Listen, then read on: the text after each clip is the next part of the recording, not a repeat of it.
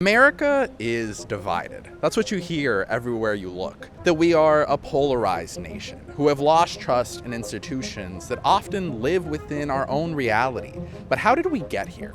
The 21st century has been interesting, to say the least. The war on terror, the Great Recession, and the coronavirus pandemic have deeply shaped the times in which we live. And these events, the most consequential of the last quarter century, have all come as the result of one moment. One contested election whose outcome is still debated to this day. An election where the ultimate loser not only won the popular vote, but where the Supreme Court had to step in to make the final decision 36 days after polls closed. 36 days of chaos, drama, and Jeb. Yeah, that one. An election where out of 100 million votes cast, just 537 decided who would be commander-in-chief. That's roughly 0.0005%. From vote recounts to candidates retracting concessions, the entire story is just insane. In this video, we're going back to the year 2000 to examine what may have been the most consequential election of our lifetimes, and we're doing it from the ground here in South Florida, the center of the controversy. The Sunshine State, which I myself am from, often feels like the ugly stepchild of the US, with its own distinct culture and history that feels very separate from the overall narrative of the country. Rarely ever is it the center of gravity that the rest of the nation hinges on. This isn't just the Bush v. Gore story, it's a Florida story, because that aspect of it is central to understanding what happened in the dumbest election in American history. It was bizarre learning that Palm Beach, Broward, and Miami-Dade, the three counties of which I'm most familiar with personally, played such a pivotal role in determining the outcome of a presidential election. The top legal and political minds across the country all came together as if mobilizing for a war effort,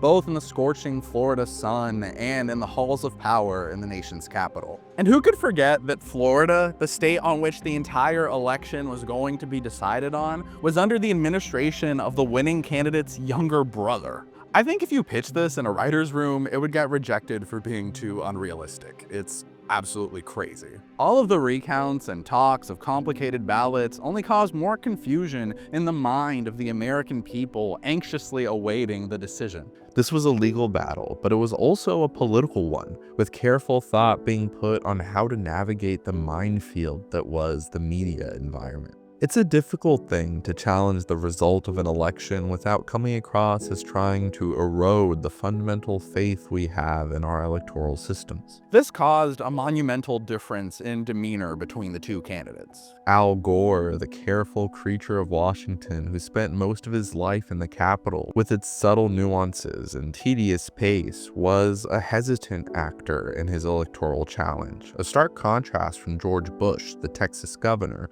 who, despite being the son of a president, was regarded as an outsider, a cowboy who didn't mince words, while the vice president was seen as boring and wooden. But the enthusiasm gap between Democrats and Republicans wasn't just because of the personality of their candidates. Republicans had been out of the White House for 8 years, in which they grew increasingly upset with Bill Clinton, whose personal scandal they saw as a scourge on the presidency.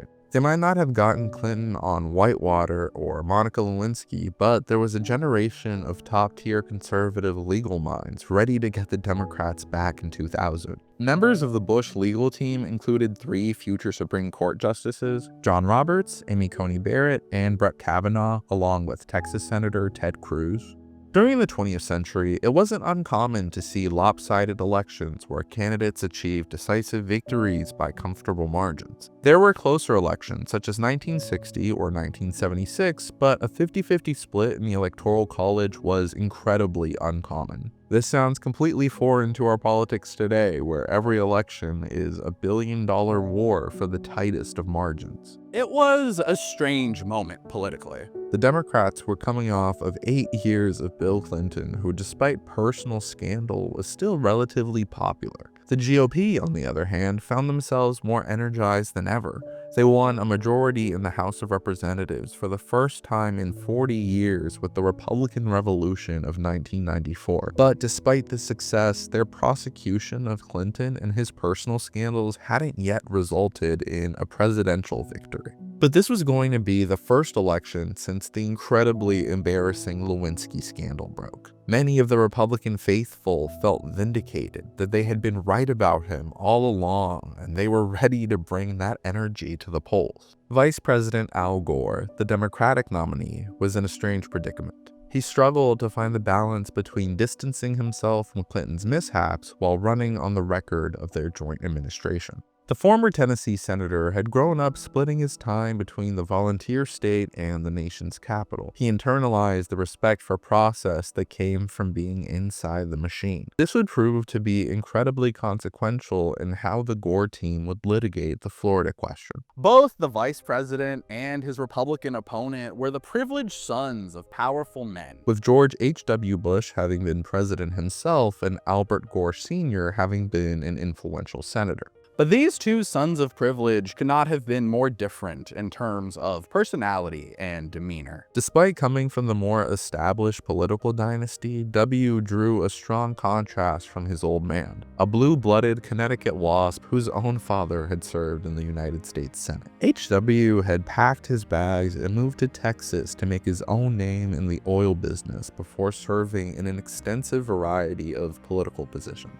George W., on the other hand, despite being born in Connecticut, was a Texan through and through. He partied a lot as a young man and even struggled with alcoholism. While his father had been a career bureaucrat, perhaps one of the most qualified men to have ever taken the oath of office, W spent his whole career in business, apart from a failed congressional run in the 70s and working on his father's presidential campaigns, before being elected governor of Texas in the Republican wave year of 1994. The elder Bush, if anything, was much more similar to Al Gore, caricatured as being wimpy and unexpressive despite heroic military service. So to sum up, Berlin Wall down, communism collapsing, Noriega behind bars, Gap.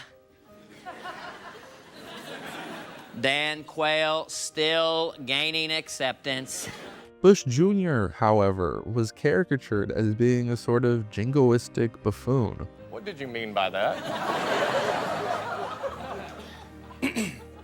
Pass. But after all, who would you rather have a beer with? The younger Bush was much more in line with Reaganite conservatism than his own father, who had served in the administration as vice president. Al Gore, despite being perceived as wooden and boring, easily cruised to the Democratic nomination. I must have spent our last $10 on this Al Gore doll. You are hearing me talk. As polls closed on the East Coast and results started to pour in, the candidates were neck and neck in terms of electoral votes, and Florida was dangerously close. Before Bill Clinton carried the state in the previous election, Florida had not gone Democratic since Jimmy Carter in 1976. It was unclear whether the Democrats would be able to maintain the gains they made in '96 or if the Sunshine State would return to its previous voting pattern. In fact, Florida has only voted for the losing presidential candidate 3 times in the last 100 years. Nixon in 1960, H.W. Bush in 1992, and Trump in 2020. But at no other point would Florida be so consequential to the direction of the country and perhaps even the world as in the year 2000. Go Florida. Never in the history of the United States has a presidential election in a state been so inconceivably close. And the fact that it happened in Florida wasn't a coincidence or a mistake. It's a testament to the strange anomaly that is this remarkable peninsula. Florida's Gold Coast, the Tri-County area which sparked the most election controversy, is a strange and unique microcosm of the state in and of itself. The Sunshine State is widely known as a haven for retirees, but this is even more applicable in Palm Beach.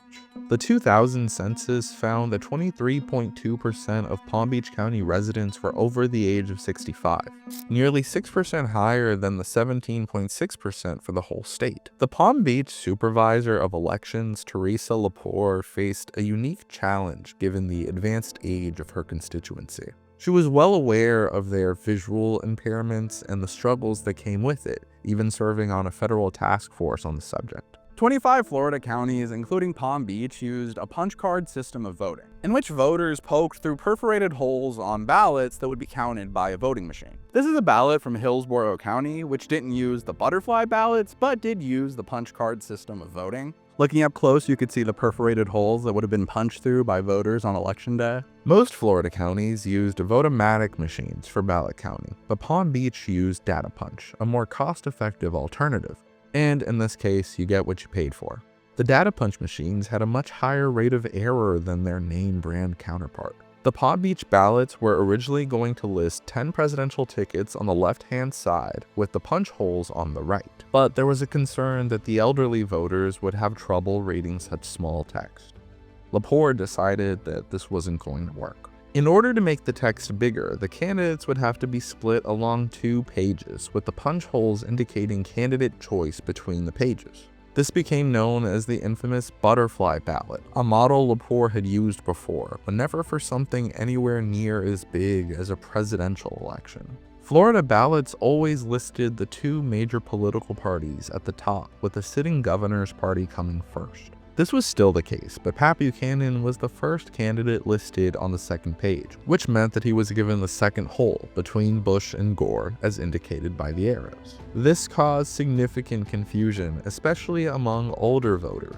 On election day, people called en masse, blowing up the phone lines and contributing to even higher wait times and to even more frustration. Soon, voters got tired of waiting and made their way to downtown West Palm to make their voices heard outside of Lepore's office. I'm here today in front of the Palm Beach County Board of Commissioners, where a lot of the 2000 election protests were held. About 25 years ago today, right in front of where I'm standing, there would have been hordes of people swarming, protesting, demanding answers for an election that they thought was unfair. She had been widely liked in her position prior to this, and the controversy came as a surprise. All of a sudden, congressmen were coming to see her, and she was getting hounded by both sides of the aisle. Palm Beach County is massive. It's bigger than the states of Rhode Island and Delaware, with 531 voting precincts at the time. The Gore campaign had folks call from phone banks out of state to warn Democratic voters in Palm Beach County about the confusing ballots. And narrow margins across the country only added to the stress of their campaign. But despite all of the chaos, Gore was leading in the exit polls. NBC News would call the state of Florida for the Democrats at 7:49 p.m. on the East Coast. As Michigan, Minnesota, and New Mexico were all called for Gore, there began to be some confusion about Florida. Soon, networks started retracting their early calls, which threw everyone into a tailspin. Bush took the lead in Florida, leading by about 51,000 votes at 2 a.m., with 97% of the votes counted. Our earlier declaration of Florida back to the too close to call column. This no longer is a victory for Vice President Gore. We're moving it back. Fox News would be the first to call the state for the Texas governor at 2:16 a.m. Soon after, Gore was ready to concede. He had run the most important race of his life, and he had lost. The vice president called Bush and conceded the election, a call that would ultimately haunt both him and the country. Florida law states that any election in which the margin is less than 0.5% would be eligible for a recount, or about 30,000 of the 6 million votes cast. George Bush, on the other hand, was only leading by 6,000 votes, and Gore had already conceded. The vice president's aides began to panic, calling every staff member they could, trying to get a hold of their candidate, who was just about to give his concession speech. Just as he was about to go on stage, a member of the campaign named David Morehouse came out of nowhere, frantically running towards the Democratic nominee. Struggling to catch his breath, he tells him that he can't give the speech. The vice president, who had trusted the process, trusted the institutions his whole life, now was being told that they had called it too early, and that his concession had been a mistake. They could still win this thing. He was puzzled and truly did not know what to do. Now, back in a crowded waiting room, about an hour after the original call, Al Gore dialed his opponent once again. There were aides all around, so we have a pretty good idea of what was said. Here's a recreation of the phone call from the 2008 film Recount. All right, let me make sure I understand. You were calling back to retract your concession? Excuse me, but you don't have to get snippy about it. My little brother has assured me I won the state of Florida. Well, your little brother is not the ultimate authority on this. Mr. Vice President, you do what you have to do.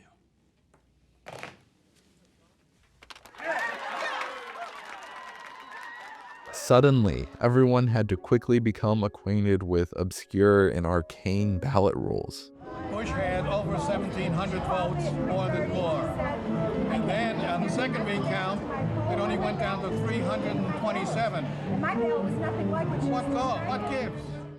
Many elderly Jewish folks in South Florida had been excited to vote Democratic, as Joe Lieberman, the first Jewish American to be on a presidential ticket, was the candidate for vice president. Precincts across Palm Beach County fell into utter panic and disarray as they realized they might not have voted for Lieberman after all. In fact, they may have voted for Pat Buchanan, the Reform Party candidate, who many viewed as an anti-Semite. 29,000 ballots had been discarded in Palm Beach County alone.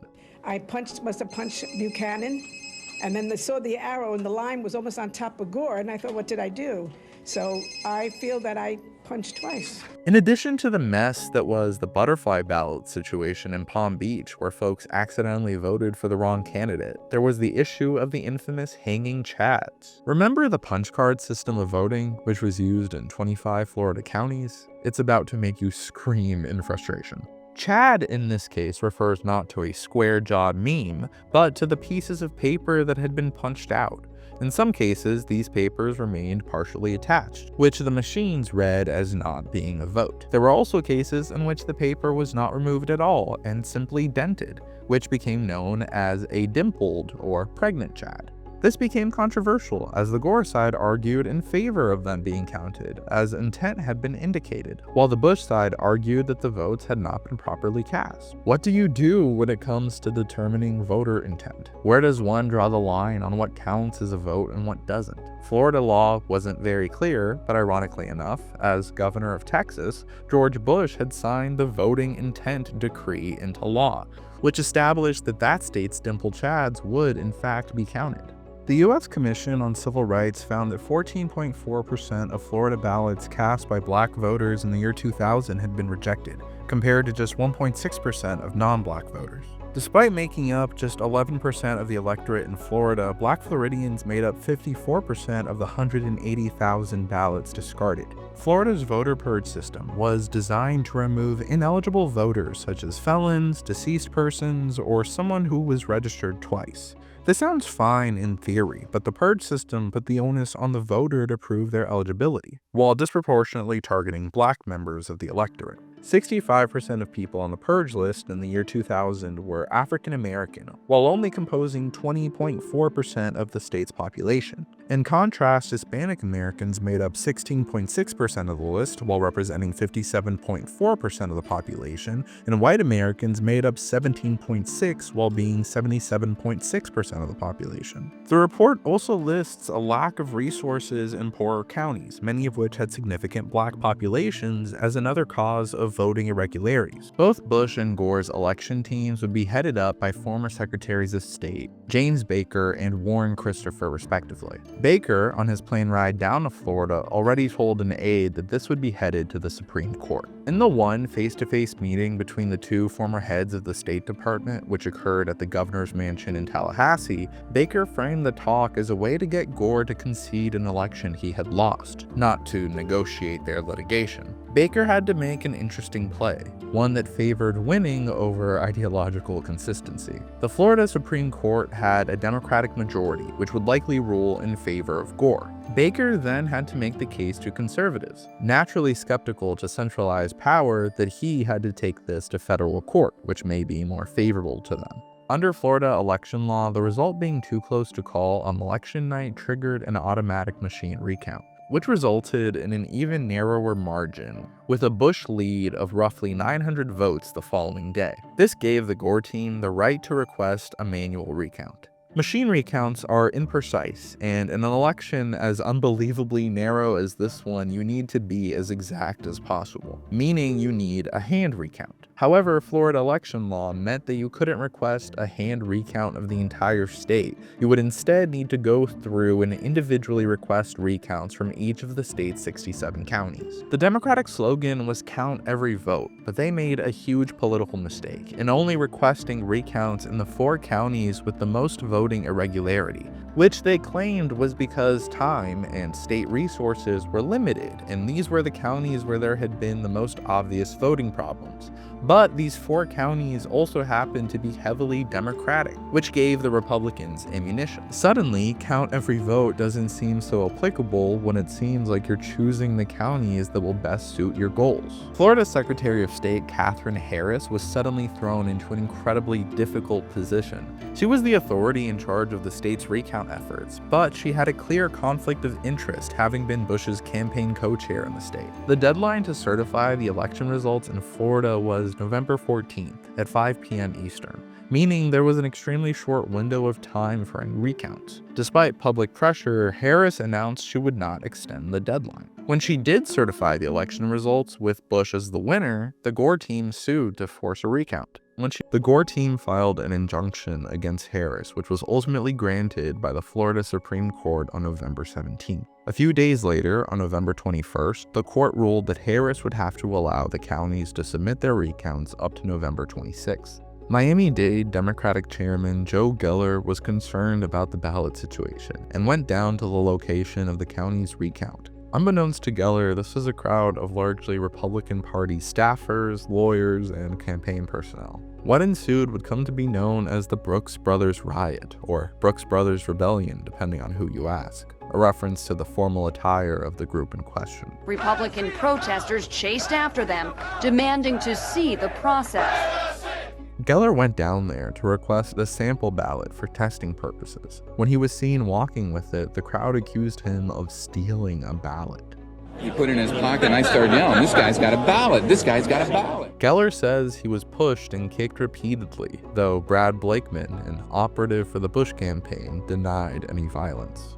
Police escorted Joe Geller from the building for his own protection over what turned out to be a training ballot. It was pretty scary. People were yelling, screaming, and actually physically pushing and jumping right into me. Somebody stop him, he's got a ballot. The Gore team claimed that it struggled to find law firms that would represent them in Florida, given that the governor happened to be the candidate's brother. There's no evidence that Jeb engaged in any wrongdoing or used his position to pressure anyone, but he didn't have to. Any law firm would have been stupid to not consider the optics. It also hurt the Gore campaign's case that the ballots in question had been designed and approved by Democrats. There was no angle they could take that could frame it as malicious intent. It was simply just poorly designed. The Gore campaign were approaching an electoral street fight as if it were a normal political process. The entire electoral infrastructure had been stretched extremely thin, and the safeguards that were in place in the case of such an event proved insufficient. Following the Florida Supreme Court decision, the Bush legal team immediately filed a petition with the U.S. Supreme Court to stop the recount, which would ultimately be granted on November 9th. Now the ball was in their court. For the first time in American history, the justices would be directly involved in deciding a presidential election. 7 members of the court, including 2 liberals, Breyer and Soder, agreed that Bush's equal protection rights had in fact been violated by the Florida recount. But the most significant portion of the decision would be far more divisive. The court determined that no solution could be properly implemented to the electoral question by December 12th, known as the safe harbor deadline for the Electoral College. And since Bush had been in the lead, he would therefore be the victor. The final vote tally would have Bush winning the state, and therefore the election by just 537 votes, the total certified by Harris a few weeks prior. Good evening. Just moments ago, I spoke with George W. Bush and congratulated him on becoming the 43rd President of the United States. And I promised him that I wouldn't call him back this time. This instantly became one of the most controversial Supreme Court cases in American history. Ironically enough, given the direction of his presidency, George W. Bush campaigned against the Clinton administration's foreign entanglements. So I don't think our troops ought to be used for what's called nation building. I think our troops ought to be used to fight and win war. I think our troops ought to be used to help overthrow a dictator when it's in our best interests. But in this case, it was a nation-building exercise, and same with Haiti. I wouldn't have supported either. Very much positioning himself as a president who would focus on domestic policy first and foremost through his trademark compassionate conservatism, pursuing tax cuts and education reform, which, while still a part of Bush's domestic policy legacy, are significantly overshadowed by the war on terror. The most devastating terrorist attack in American history happened under the purview of a president whose election had been questioned. One who would be granted sweeping military powers under the 2001 authorization for the use of military force, which has been used by every subsequent American president to justify foreign intervention. The Bush administration also oversaw a significant expansion of the surveillance state in the name of national security. In the wake of the September 11th terrorist attacks, the Bush administration redefined American foreign policy. Al Gore, had he been commander-in-chief on 9/11, would have almost certainly invaded Afghanistan, just as almost any other president would, but it is very unlikely that he would have invaded Iraq. A distinction that fundamentally alters the direction of American politics. I would be remiss if I didn't mention one very famous resident of Palm Beach, President Donald J. Trump, who lives right about here at the Mar-a-Lago Resort. It's very likely that if George Bush had not won the 2000 election,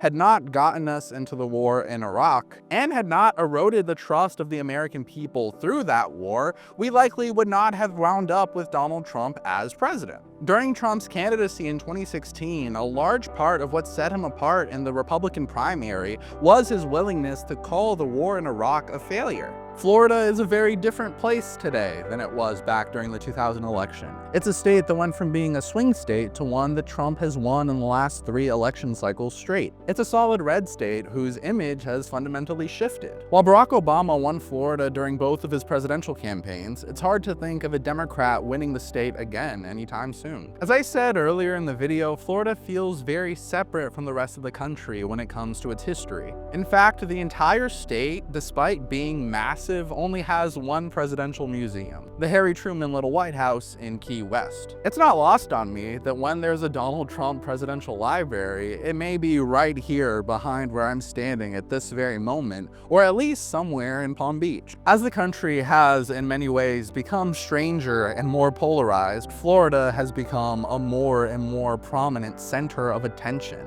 a cultural power within the United States. And this shift will continue to inform the state and the entire country for years to come. Hey everyone, if you're still watching the video, it probably means that you enjoyed it more than most people. If that's the case, I think you should consider supporting the channel on Patreon. If you appreciate the work that I do here and you want to support the channel, you can do so on Patreon for as little as $1 a month. Being a patron gets your name in the credits, it gets you early access to videos, but most importantly, you'll support the work that I do here directly, when YouTube often doesn't. Thank you so much to all our patrons whose names are listed in front of me right now. You guys make the work I do here possible. And thank you guys so much just for watching, and I will see you next time.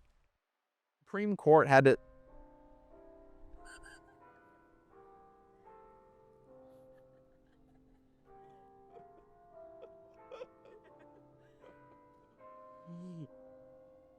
You done? No, it's not.